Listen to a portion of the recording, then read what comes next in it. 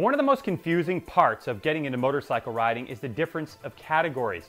When people ask me, what bike should I buy? I often ask, well, what kind of riding do you want to do? And then the deer in the headlights look. But today's reality is there are so many specific types of motorcycles made for specific types of riding. And not all manufacturers say the same thing. It can be confusing. So let's go over them, shall we? First, we have broad stroking categories of off-road and street. Let's look at off-road. These are vehicles that are not street legal. So you have motocross style, which is cutting-edge, high-performance motorcycle used for competition or for the moto style of riding. And then there's off-road motorcycles. These bikes are distinct from motocross by adding some stuff like push-button start, a headlight, wide ratio transmission for easier woods riding, stuff like that. Now to the street stuff. And as Robin Thicke says, this first category is blurred lines, dual sport adventure touring. Now dual sport can be a couple of things. It's a cross between an off-road bike and a street bike. Some can be more focused on the off-road part with longer suspension and wider bars and some other bits.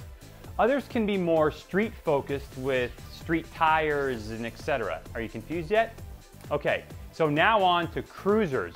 These bikes are made to cruise, laid back riding position, torquey motors for easy riding, low ground clearance. Then there's touring. Now these bikes can be pulled from cruisers, adventure touring, but they'll have some amenities like bags on them to go touring with, you know, those nice long rides. And then you have something called a standard or naked bike. Now standard usually has a more upright riding position. It's simple, solid, good performance, great brakes, sometimes older, proven technology.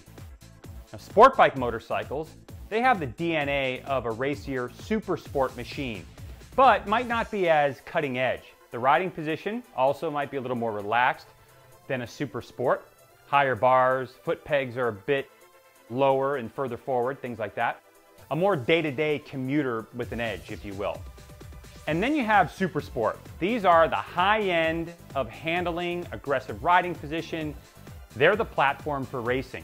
This motorcycle can be a showcase of technology for many companies. Low bars, leaned over riding position, great brakes, great horsepower.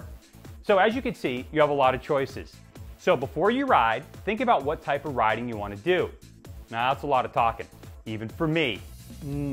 And that's all the time we have for today. Thanks so much for checking us out. If you have any questions and you want to know what motorcycle to ride or anything about the show, then send me an email, show@gregsgaragetv.com. And don't forget to spread the word. The more views we get, the more shows we can bring you.